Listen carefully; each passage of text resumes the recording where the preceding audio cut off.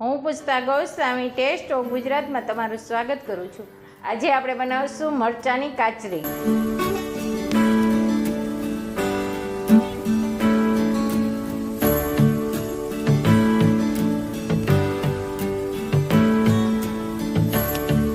તો હવે આપણે જોઈ લઈશું કે મરચાંની કાચરી કેવી રીતે બનાવવાની। તેના માટે મેં આ 3-4 રીતના મરચાં લીધેલા છે। આ બધા જ તીખા આવે। આ તીખા મરચાં હોય એની જ કાચરી બનાવવાની। આવા તીખા મરચાં આવે ને એની।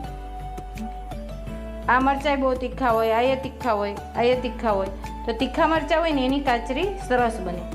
તો હવે આપણે એને સુધારી લઈશું ને આ મરચાં 3 અલગ જાતના છે। તો હવે એને આપણે સુધારી લઈશું। આવી જ રીતના સુધારવાના, 2 ચીર જ કરવાની। આવી રીતના આપણે સુધારી લઈશું। આમ 2 ચીર જ કરવાની ખાલી બધા જ મરચાંને।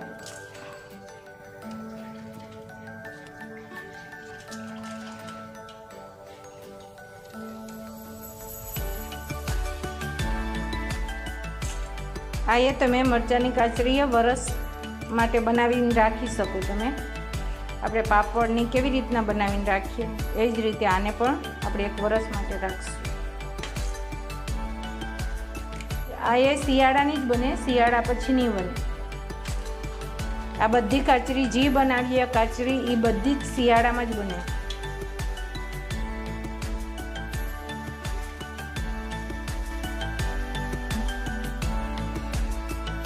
આ મરચાં બહુ તીખા આવે છે। પછી એમાં હળદર, મીઠું અને આપણે લીંબુ નીચોવીએ ને એટલે એની તીખાશ થોડીક ઓછી થઈ જાય। પણ લેવાના આવા તીખા જ મરચાં। મોરા મરચાંની કાચરી ન સારી લાગે।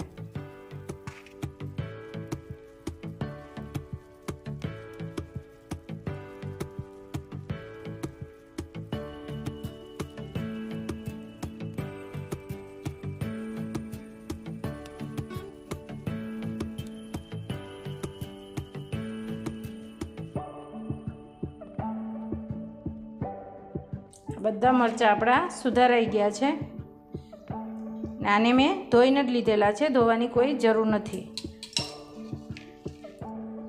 આપણે સુધારીને રેડી છે। આમાં બી કંઈ કાઢવાની જરૂર નથી, બી નીકળી જશે। એમાં હવે આપણે 2 ચમચી મીઠું નાખશું। આમાં મીઠું થોડું આગળ પડતું નાખવાનું, તીખા હોય ને એટલે 2 ચમચી લીધેલું છે મીઠું। 1 થી 1.5 ચમચી હળદર લઈશું ને 1 લીંબુનો રસ લીધેલો છે, 1 થી 1.5 લીંબુનો। જેટલા મરચાં હોય એ પ્રમાણે લીંબુનો રસ લેવાનો। હવે હાથથી આને આમ મસરી લેવાનો।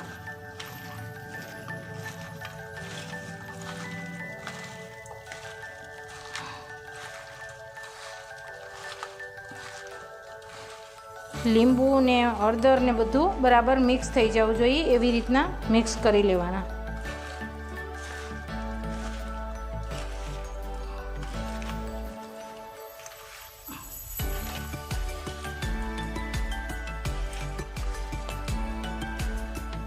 હજી આપણે અડધી ચમચી મીઠું નાખશું।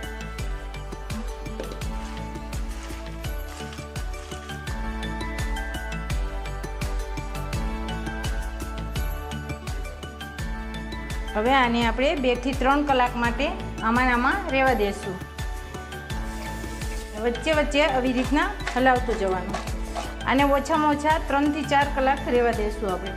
મરચાંને વધારે રહેવા દેવા પડે, એને મીઠું ચડતા વાર લાગે। તો હવે એને આપણે ઢાંકણ ઢાંકી અને મૂકી દઈશું।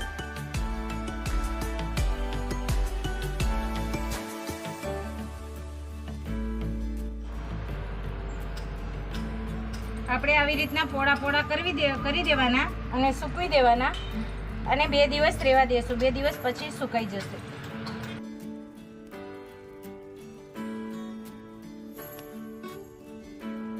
પહેલાં આપણે તેલ ગરમ કરવા મૂકી દઈશું કાચરી તળવા માટે।